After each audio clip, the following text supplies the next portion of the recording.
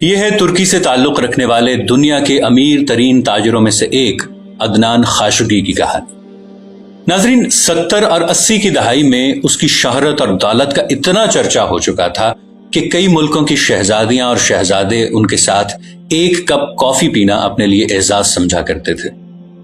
ایک دفعہ وہ کینیا میں موجود اپنے وسیع و عریض فارم ہاؤس میں چھٹیاں گزار رہے تھے۔ ان کی کمسن بیٹی نے آئس کریم اور چاکلیٹ کی خواہش کی۔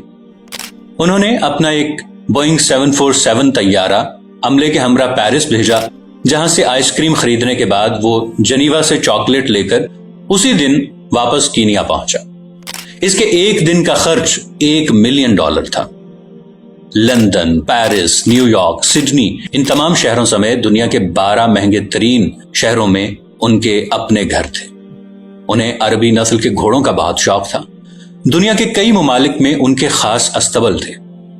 اس کی دی ہوئی طلاق آج تک دنیا کی مہنگی ترین طلاق سمجھی جاتی ہے، جب اس نے $875 ملین اپنی امریکی بیوی کے منہ پہ مارے اور اسے طلاق دے دی۔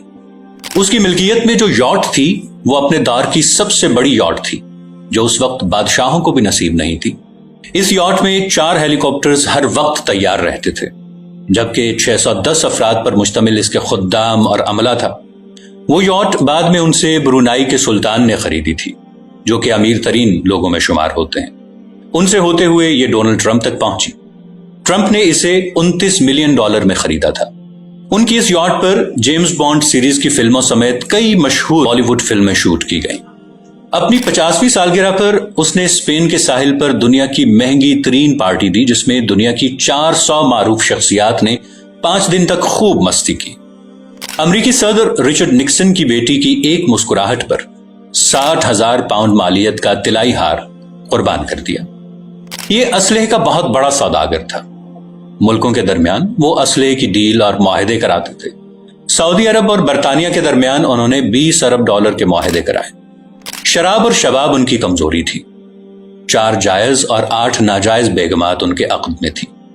یتیموں پر دست شفقت رکھنا، بیواؤں کا خیال، مسکینوں کی مدد، سیلاب اور زلزلوں میں انسانی ہمدردی کے تحت فلاحی کام، ان سب سے انہیں سخت الرجی تھی۔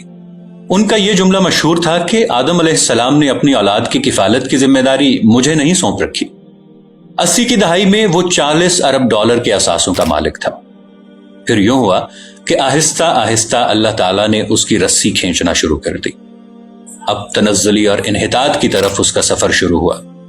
اربوں ڈالرز کی مالیت کے ان کے ہیرے سمندر میں ڈوب گئے۔ کاروبار میں خسارے پہ خسارہ شروع ہو گیا۔ قرض پہ قرض چڑھا، سب اثاثے فروخت کر دیے گئے۔ ان کے دوست احباب، ان کے چاہنے والوں نے ان سے نظریں پھیر لی، جیسا کہ ہوا کرتا ہے۔ یہ ایک لمبی مدت تک گمنامی کے پاتال میں چلا گیا۔ کسی کو خبر نہیں تھی کہ یہ کہاں ہے۔ پھر ایک دن یہ لندن میں کسی سعودی تاجر کو ملا۔ ان کی حالت غیر ہو چکی تھی۔ اس تاجر سے کہا کہ وطن واپس جانا چاہتا ہوں لیکن کرایہ نہیں ہے۔ اس سعودی تاجر نے اکانومی کلاس کا ٹکٹ خرید کر اسے دیا اور یہ جملہ کہا کہ اے عدنان، اللہ تعالیٰ نے فقیروں اور غریبوں پر مال خرچ کرنے اور صدقے کا حکم دیا ہے، لہٰذا یہ ٹکٹ بھی صدقہ ہے۔ اپنے دور کا یہ کھرب پتی شخص صدقے کی ٹکٹ پر عام مسافروں کے ساتھ جہاز میں بیٹھ کر جدہ پہنچ گیا۔ اس ارب پتی تاجر کا نام، جیسا کہ میں بتا چکا ہوں، عدنان خاشقجی تھا۔ یہ عرب نیاد ترکی تھا۔ اس کی پیدائش مکہ مکرمہ میں ہوئی تھی۔ ان کے والد شاہی طبیب تھے۔ یہ جو شخص تھا یہ ترکی میں قتل ہونے والے صحافی جمال خاشقجی کا چچا تھا۔ 2017 میں ان کا انتقال ہوا۔ میں نے جب اس شخص کی زندگی کا مطالعہ کیا تو یقین جانیے میں ہل کر رہ گیا۔ اللہ تعالیٰ کے انصاف پر میرا ایمان مزید پختہ ہو گیا۔ یاد رکھیے کہ آپ جتنے بھی طاقتور ہیں، آپ جتنے بھی ثروت مند ہیں، اللہ تعالیٰ کے آگے بہت کمزور ہیں۔ اپنی دولت اور طاقت کو کبھی بغاوت کے لیے استعمال نہ کرنا، کیونکہ اللہ تعالیٰ کی پکڑ بڑی سخت ہے۔ رسول اللہ صلی اللہ علیہ وآلہ وسلم زوال نعمت سے ہمیشہ اللہ تعالیٰ کی پناہ مانگا کرتے تھے۔ اللہم انی اعوذ بک من زوال نعمتک۔